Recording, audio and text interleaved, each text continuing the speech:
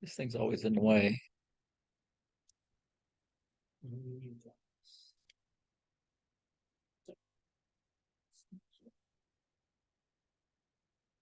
All right. You sure? It says I'm sharing. Okay. Jesse, are you seeing the slides? I am. Okay. This is going to talk about some band specific stuff, communicating with foreign countries, the standards for spurious emission, the modulation index limit, and what bandwidth means. I guess one of the big things in the licensing is the control operator, which is by default the station licensee, but it can be delegated to somebody else. But whoever the control operator is determines the privileges for that station. So if the control operator was a technician licensee, then you couldn't operate that station on anything but the technician bands and privileges. You can have three kinds of control: local, which is kind of typical, remote, where it could still be your ham shack and you're operating it from your living room via VNC or some over the internet, controlling your radio, which would be remote control. You'd still be the control operator in that case. You can have automatic control, which is what you would have on a repeater, where there isn't physically anybody at the control point, and it's set up to operate automatically. You have to have provisions to shut it down in case of an error. And I think the requirement comes up yet is like 3 minutes. Yes. You've got to be able to shut the station down within 3 minutes if there's a malfunction. If it's not a malfunction, would you operate continuously for more than 3 minutes? Yeah. That's my understanding. So it's only from the case where you're sending out spurious emissions or, like the problem we had with the phone patch. Right. Of course, that didn't shut down in 3 minutes because it wasn't detectable, right? I don't know. They don't have very many electronics. There's not a proper repeater controller. So it's for recording. Don't say that. No, that's okay. Whatever the capabilities of the repeater itself, it has inputs and outputs, and you can use those to do things. But there's not a, how do I figure that I'm running, because the phone patch thought it was on, and that's not a malfunction, but right. It was, but the phone patch. So it thought somebody was holding a key down. And they still got a hum problem. Okay. I talked to Scott about that. But I haven't. And also I emailed him and I hadn't heard back. Okay, so you've got to have at least one control point. I'm not really sure what happens if you got more than one. But when you're locally controlled, the control operator has to be at the control point. If you're remotely controlled, the control operator is still at the control point. It's just not physically at the station. When it's automatically controlled, there's no control operator at the control point because it's being done automatically.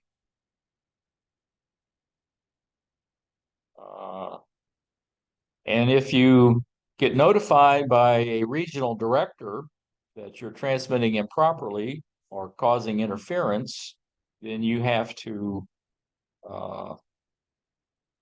stop automatic control, I guess go to manual and fix the problem. So I have a question here. Okay.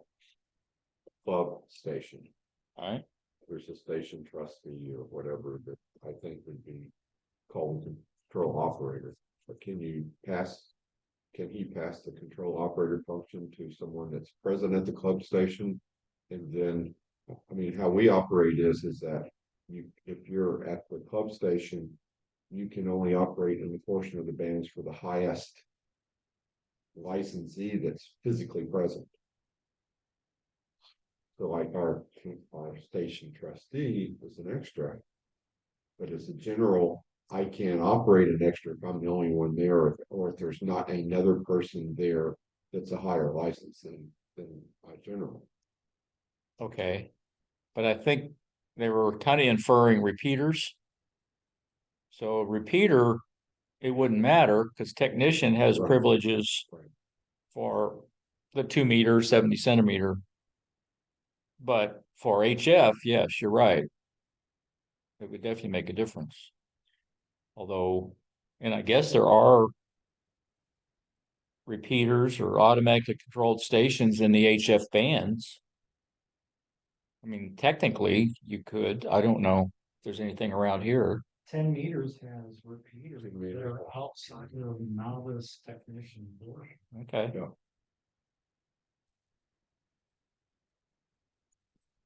So how do the control operator responsibilities of a station under automatic control differ from one under local control?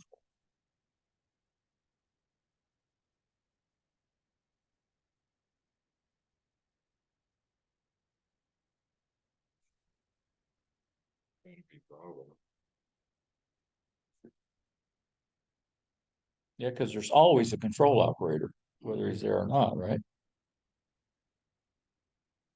Because C said there's no control operator.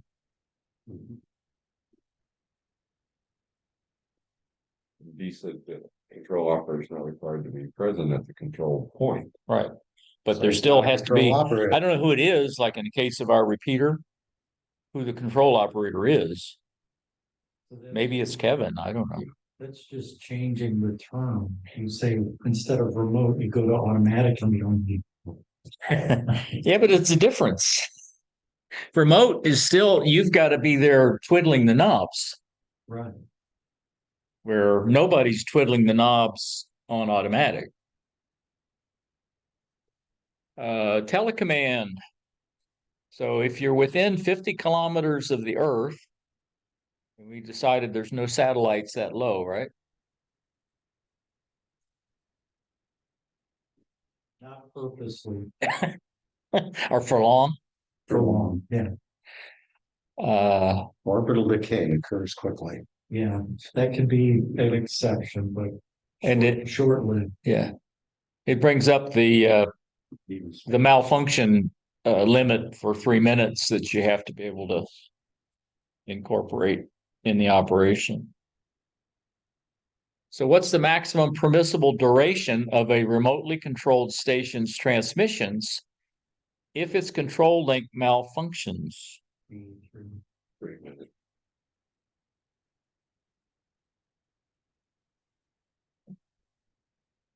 How does a balloon fit in this? Would that be automatically controlled? It's just sitting there sending out whisper or APRS? Well, they can't command it, right? No. It's totally autonomous. Right.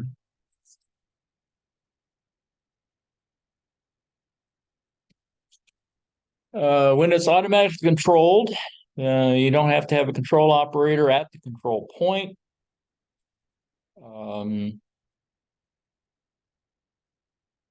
And I guess the thing they're getting to is third party. I'm not sure how it would do it anyway, but an automatically controlled station cannot originate third party communications. I'm not sure how a repeater originates. Well, It does send out its call sign. It doesn't have to be triggered.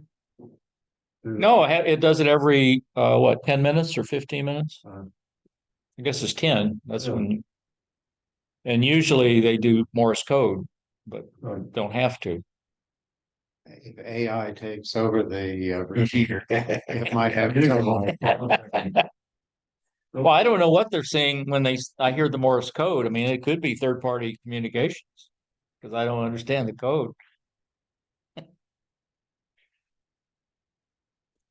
So when may an automatically controlled station originate third-party communications? Okay. We have the IARP and the CEPT. One is the International Amateur Radio Permit that allows you to operate in certain countries of the Americas. Apparently, it's only North and South America. I'm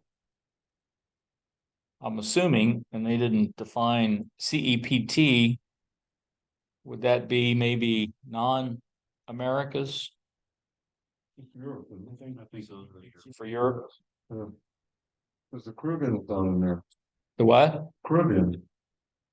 Except for Caribbean. Trinidad and Tobago, but all the rest, Grenada and Bahamas, all that crap, Is, not in what they, okay. maybe they just didn't put them in. Yeah, I don't know. Mexico. It says it includes, it doesn't say it's limited to those. And I'm not going back to El Salvador. Okay. I don't have any plans to go either. 2 weeks there in 2015 was enough to, Yeah. Last the light. Okay, what is meant by IARP?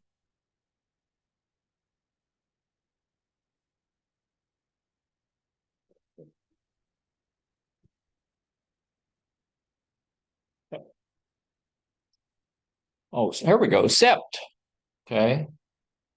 And I guess I should have looked that up, what it actually stands for, but anyway. It's similar, lets you operate in European countries. And I guess it allows Europeans to operate in the US from what it says.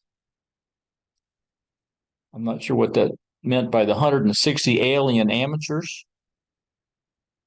It's only 160 operators.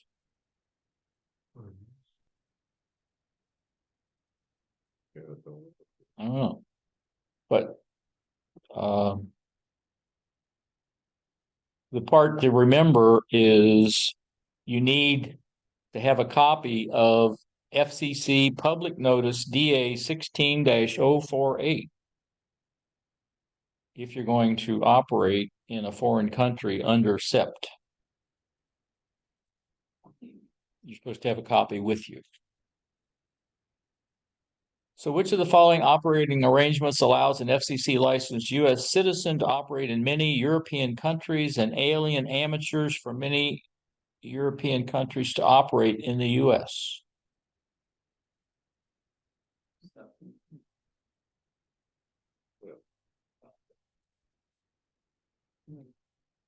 Which of the following is required in order to operate in accordance with SEPT in foreign countries where permitted?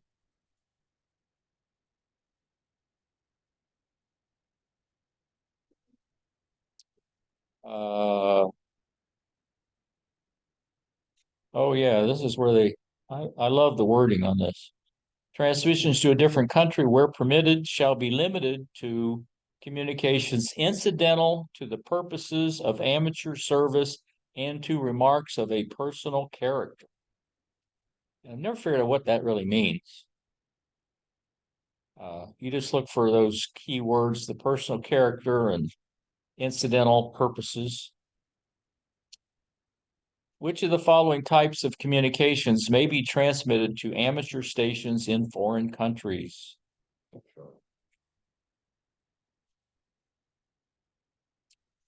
Bandwidth.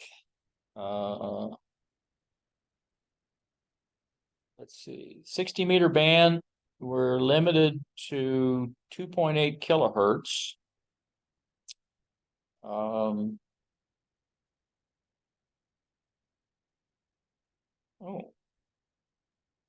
I thought more than that.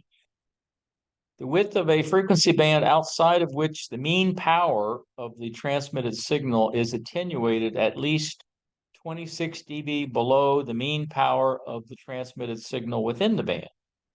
That's how they're defining bandwidth. So instead of 3 dB down, you're 26 dB down on the skirts, which makes it pretty wide, doesn't it? Unless it's very steep. That only on 16 meters. That's a good question. 7.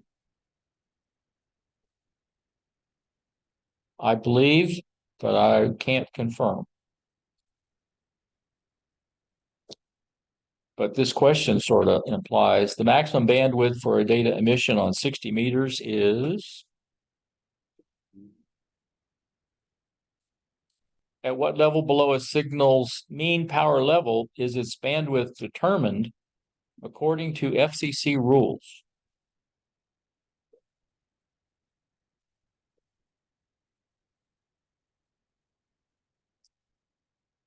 Okay, so for transmitters after January 1st, 2003, the mean power of any spurious emission from a station transmitter or external RF power amplifier transmitting on a frequency below 30 megahertz must be 43 dB below the mean power of the fundamental emission.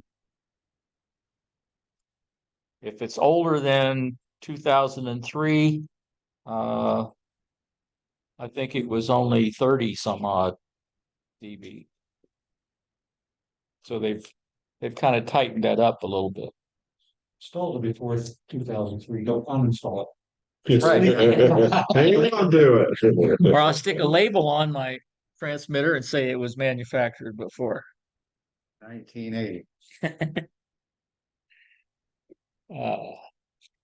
What's the permitted mean power of any spurious emission relative to the mean power of the fundamental emission from a station transmitter or amplifier installed after January 2003 below 30 megahertz? 43 dB. Now, do I still have to comply with that on a home manufactured one? Huh? It sounds like. Well, I mean, it's not certified like a commercial one.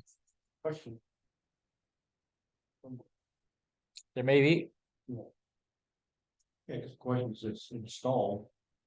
When manufactured. Yeah. Oh, I was, you build your own on your station.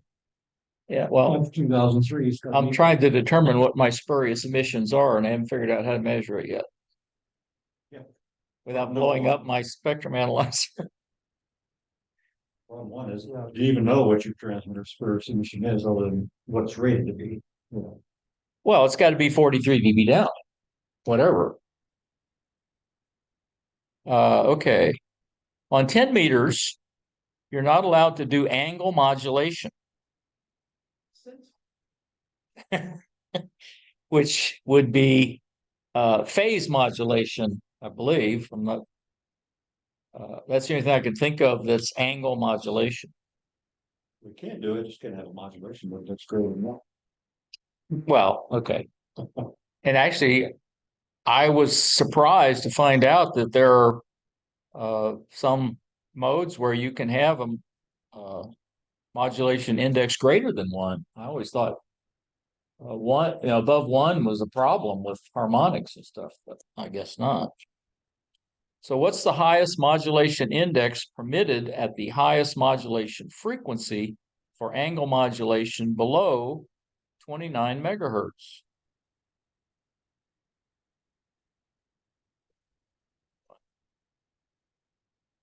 Okay, more 630 and 2200.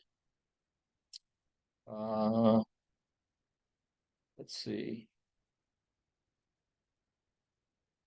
Oh, says you have to notify the UTC if you plan on using phone on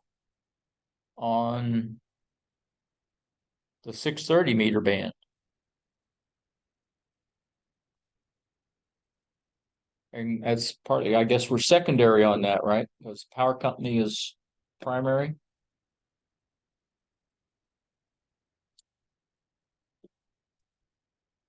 Although I always, back when I worked for the power company, many decades ago, we transmitted on the power line itself. It wasn't external.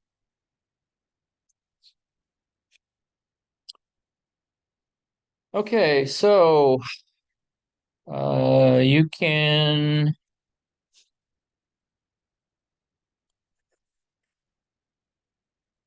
do the entire band of Ridian data on 630 and the entire band of phone and image on 630.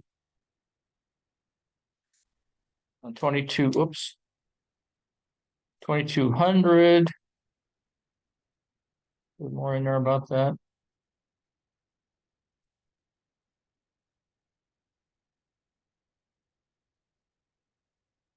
Oh, when you're up in the 2200, you have to notify the UTC with your call sign and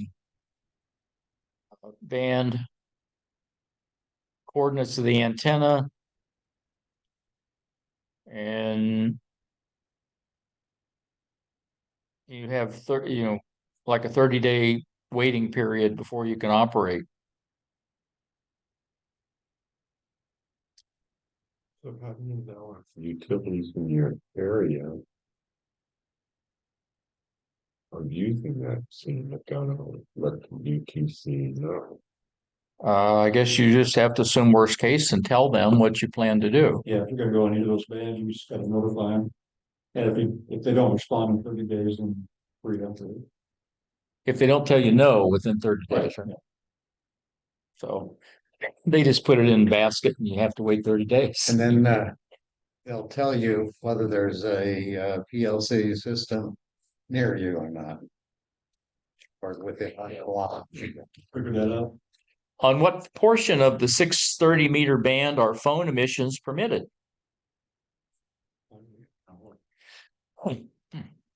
What notifications must be given before transmitting on the 630 or 220 2200 meter bands? Charlie. Yeah. No environmental impact statement, though. If I can look up Utilities Technology Council in the phone book. I guess. Or on the internet for your area. Are you anxious to do 630? No, I'm just wondering. Yeah, you got enough room out there. You should get them to put a 630 antenna in. Tried for years to do that. Oh. So it's gonna be sky, right? It's just gonna be vertical.